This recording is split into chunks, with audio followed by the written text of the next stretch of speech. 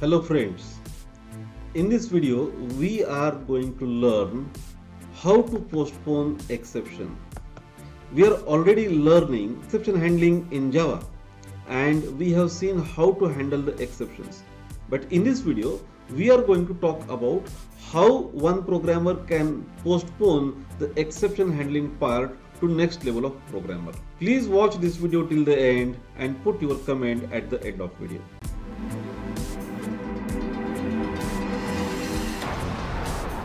Hello friends, we have already learned different techniques in exception handling in Java.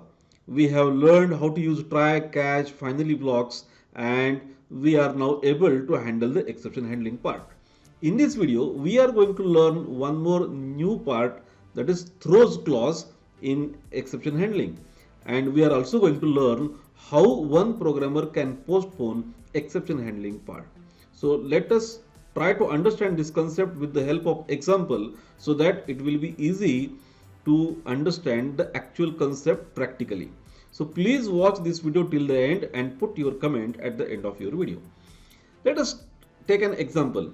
Suppose a programmer is developing a class and the class name is a class A. Now class A has one method inside it and its name is ABC. So it will be the definition of ABC method. You can see here public void ABC is a method which has some code inside it. Once this class is totally ready, then we can use this class by using its object. So first thing is we have to create the object of class. So here you can see class A X is object and class A is a constructor. So once X is created, we can call the method X dot ABC. So ABC method is called with the reference of object name X. Now this is the actual program. We can divide this program in two parts. In first part we are creating the class and in second part we are creating object of class and calling the method. Now it is also possible that the first part is developed by one programmer and second part will be developed by another programmer. So at level 1 class A is defined with its all methods, and at level 2 the class A is imported in a program and its objects are created. So there are two levels of programming, at level 1, at level 2. At level 1 class is actually created, or you can say it is defined, but at level 2 the class is actually implemented by creating its object. So level 1 is a creation and level 2 is the implementation. In this example, we are not talking about any exception till now. Now let us go to the level 1. While writing code for ABC method, if there is a possibility of exception, then it has to be handled. Already we have seen how to handle the exception handling. If you haven't seen our previous video, please go and watch the video how to handle the exceptions. In this case, we have to write doubtful statements in a try block and we have to handle those exceptions by using catch blocks. Now let us assume that in ABC method we are writing a code and it contains some statements that may lead to arithmetic exception. Then in this case what is expected, while writing a code at level 1, arithmetic exception has to be handled. Now you can see here in a code that try block is used inside ABC method and below that try block there is a catch block that handles arithmetic exception. That means all possible exceptions or this possible exception, arithmetic exception, is already handled at level 1 and the programmer who is at level 2 don't need to bother about handling the exception, because ABC method is called by a programmer at level 2.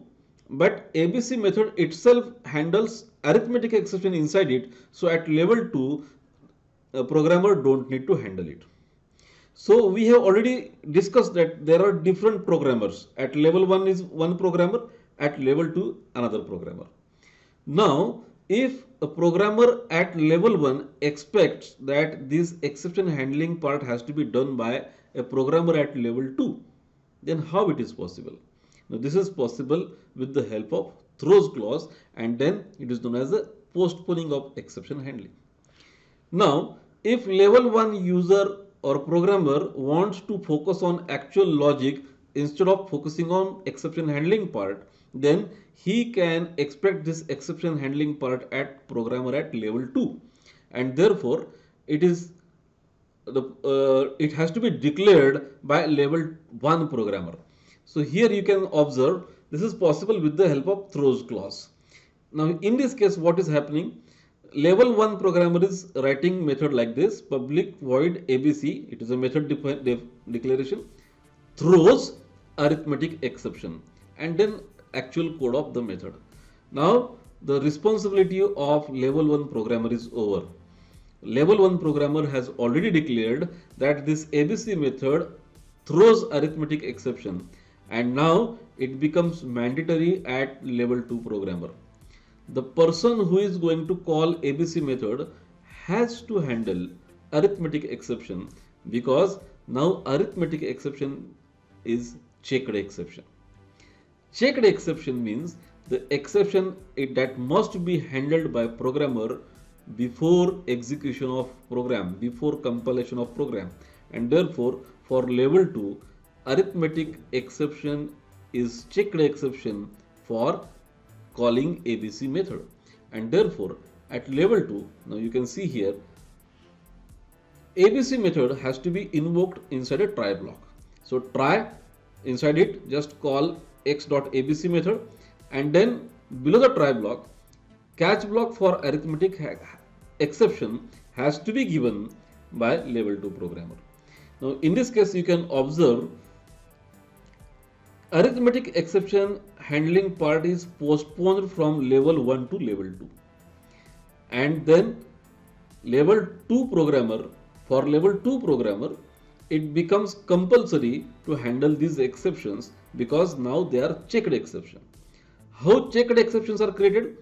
Because they are declared as a throws clause at level 1.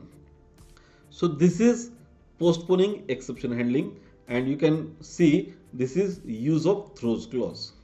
Let us recap all the things about throws clause. Now what is throws clause? It is a clause used for postponing the exception, and it is used with the methods generally.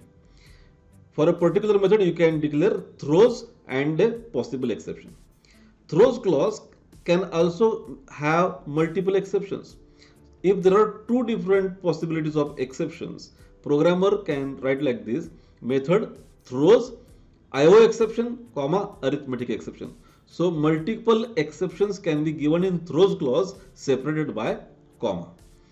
Once these throws clause are used by level 1 user, these exception handling part is postponed to level 2 user. So this is throws clause is used for postponing exception handling. For level 2 user, it becomes mandatory for handling the exception, because these exceptions, once they are declared in a throws clause, becomes checked exception.